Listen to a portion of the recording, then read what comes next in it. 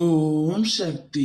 என் அன்பு தங்கமே, நான் பிறந்ததிலிருந்து இவ்வளவு கஷ்டங்களை அனுபவிக்கின்றேன். வெறும் பிரச்சனைகள் மட்டுமே என்னை வந்து தாக்குகின்றது. சந்தோஷம் என்ற வார்த்தைக்கு என்னுடைய வாழ்க்கையில் இடமில்லாமல் இருக்கின்றது. நான் பிறந்த நேரம் சரியில்லையா? என்னுடைய ஜாதகம் சரியில்லையா? இவ்வுலகத்திற்கு நான் பாரமாக இருக்கின்றேனா?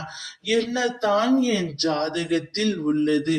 நான் உடனே சென்று ஜோதிடரை சந்தித்து என்னுடைய ஜாதகத்தில் என்ன உள்ளது, எனக்கு நல்லது நடக்குமா நடக்காதா என்று தெரிந்து கொண்டு வருகிறேன் என்றுதானே கூறுகிறாய் தங்கமே.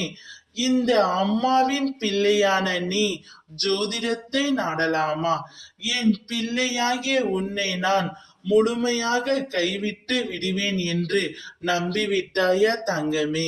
நீ ஜோதிடம் பார்க்க சென்றாலும் அவர்கள் உன் வருங்காலத்தை தீர்மானிப்பார்கள். அதிலும் அவர்களால் அத்தனையும் சரியாக கணித்துவிட முடியாது. ஆனால் அந்த ஜோதிடத்தையே மாற்றும் சக்தி எனக்கு உள்ளது.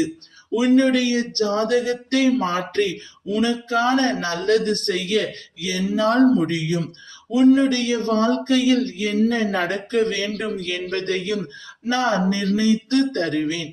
நீ பல கஷ்டங்களை சந்தித்துவிட்டு இப்போது மன உளைச்சலில் இருக்கின்றாய். அதனால்தான் இவ்வாறாக நீ பேசுகின்றாய். என்னை நம்பாமல் யார் யாரோ நம்பிக்கொண்டு அவர்களின் பேச்சுக்கு சரியென்று சொல்கின்றாய்.